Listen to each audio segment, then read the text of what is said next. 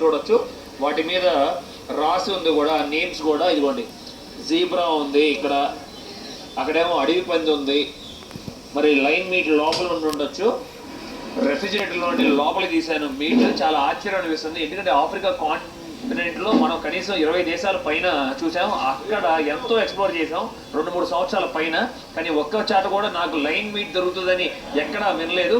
కానీ ఈ దేశంలో మనం చూస్తే ఇదిగోండి, లైన్ మాంసం, సింహం మాంసం దొరుకుతుంది ఇక్కడ. ఒక స్లైస్ లాగా కట్ చేసి ఇట్లా స్టోర్ పెట్టి ఇక్కడ మనకు అర్థమయ్యేలాగా ఉండడం కోసం ఆ బొమ్మ పెట్టారు. రకరకాల బొమ్మలు ఉన్నాయి. ఇక్కడ ఉన్న మీట్ అన్ని కూడా మనం దగ్గరగా చూస్తే ఇది చూడండి, ఇదేమో ఆస్ట్రిచ్, ఇది చూస్తే జీబ్రా, ఇట్లా ఇదేమో జింకలోనే వేరేది అనుకుంటా, ఇది యాంటలోప్ ఇది. ఓరి దేవుడా, ఎంత మీట్ దొరుకుతుంది మెక్సికో దేశంలో. రియల్లీ అలా ఎలా అర్థం కావట్లేదు, ఎందుకంటే అంతరించిపోతున్న జంతువుల్లో ఈ ప్రపంచంలో సింహం కూడా ఒకటే కదా. విచిత్రం అనిపించింది. నేను ఇక్కడ వీళ్ళు మాంసం ఒకటే అమ్ముతున్నారేమో అనుకున్నాను, చాలా ఆశ్చర్యపోయాను. వాటికి పులి గోర్లు ఉంటాయి కదా, పులి గోర్లు, సింహం గోర్లు, జంతువుల గోర్లు, వాటికి కూడా ఇక్కడ చాలా డిమాండ్ అంట. మీకు ఆల్రెడీ గుర్తుండొచ్చు, పూర్వం మన భారతీయులు కూడా చాలా మంది పులిగోరలు చైన్ వేసుకునే వాళ్ళు ఒక ప్రైడ్ లాగా ఫీల్ అయ్యేవారు. కానీ ఇప్పుడు అదంతా క్యాన్సిల్ చేసేసింది ప్రభుత్వం.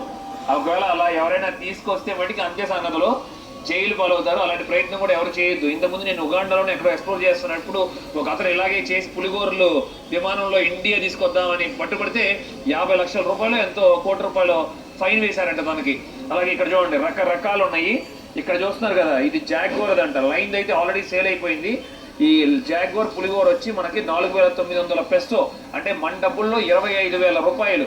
ఇప్పుడు నేను ఇక్కడ కొన్నా కూడా నేనైతే ఎయిర్పోర్ట్లో ఆపేస్తారు కూడా. ఇక్కడ ఆపపోయినా కూడా ఇండియాలో ఆపుతారు, వేస్తారు జైల్లో. ఇంకా చాలా రకరకాలు కూడా ఉన్నాయి. ఇది ఏమో క్రొకోడైల్ అంట, చూడండి. ఓ ఎంత పెద్దగా ఉందో చూడండి క్రొకోడైల్ది.